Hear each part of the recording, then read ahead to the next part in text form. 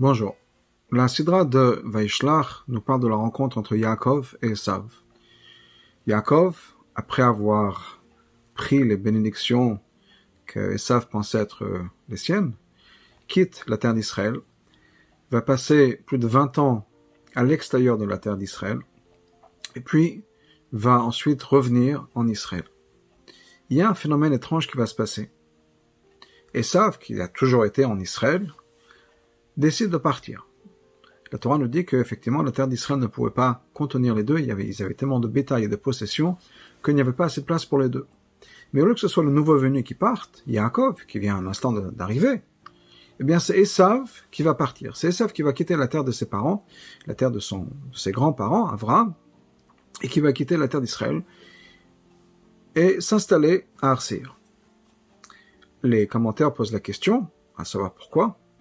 Et la réponse qui est donnée, c'est que Esav ne voulait pas payer le prix qui devait être payé pour pouvoir obtenir la terre d'Israël.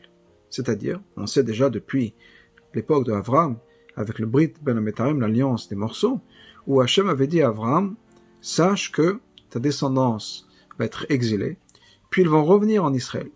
C'est-à-dire que pour avoir la terre d'Israël, pour mériter la terre d'Israël, il faut passer par l'exil.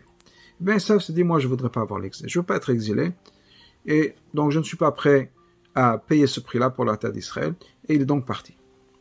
La question que le Rabbi pose, c'est qu'il y a quelque chose un paradoxe extraordinaire ici, c'est que pour ne pas vivre l'exil, Esav s'exile lui-même, puisqu'en fait c'est ce qu'il va faire, il va partir de la terre d'Israël pour se mettre en exil, habiter à l'extérieur de la terre d'Israël. Alors quelle est la logique de s'exiler soi-même, alors que il ne veut pas payer le prix de l'exil? Pourquoi quitter la terre d'Israël si Esav n'est pas prêt à vivre l'exil? Pour comprendre ça, il faut expliquer ce que c'est que l'exil. L'exil, c'est pas juste habiter à l'extérieur de la terre d'Israël.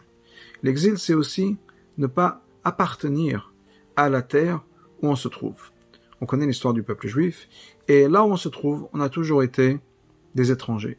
On n'a jamais vraiment été les bienvenus. On n'a jamais vraiment pu se poser à long terme et dire voilà, on est maintenant chez nous, on est arrivé, on est dans un endroit où la communauté, le monde va nous accepter, on est dans un endroit où on appartient, on fait partie de la société, on fait partie de ce monde-là, et on n'a plus besoin d'avoir de soucis, de savoir ce qui va se passer, est-ce qu'il y aura encore un pogrom, encore de l'antisémitisme, est-ce qu'on va être expulsé, est-ce qu'on va être forcé d'être converti, etc. Ça, c'est l'exil. Être ce juif errant qui n'appartient pas vraiment à un monde où il habite. Parce que notre monde, notre vie, c'est la terre d'Israël. Et c'est la Torah. Et c'est notre relation avec Hachem. C'est pas la France, c'est pas les États-Unis, c'est pas l'Australie, et c'est même pas l'Afrique du Nord, ou bien l'Europe, endroit où des gens ont habité, les Juifs ont habité, les communautés juives ont habité pendant plus de 1000 ans, presque 2000 ans, depuis la destruction du deuxième Beth Amikdash, même avant. Parce que l'exil, c'est ne pas appartenir. Et Esav s'est dit, si j'habite quelque part, je veux que cet endroit-là soit le mien. Je ne suis pas prêt à vivre quelque part et ne pas appartenir à la communauté, ne pas appartenir au monde dans lequel je vais me trouver. Et c'est ça que Esav ne voulait pas faire. Esav était prêt à partir de la terre d'Israël, mais tant qu'il habite dans un endroit, que cet endroit-là soit son chez-soi à lui. Qu'on ne me dise pas, casse-toi, sale juif, va-t'en, rentre là d'où tu viens, parce que Esav veut être habité et être là, chez lui, là où il est. Et voilà le sens profond de cet exil. Esav part de la terre d'Israël, et je ne veux pas vivre un exil. Je ne veux pas être condamné à être errant pendant 2000 ans, ou plus. Je ne veux pas ça. La leçon pour nous est que nous savons pertinemment que nous n'appartenons pas à un pays en particulier.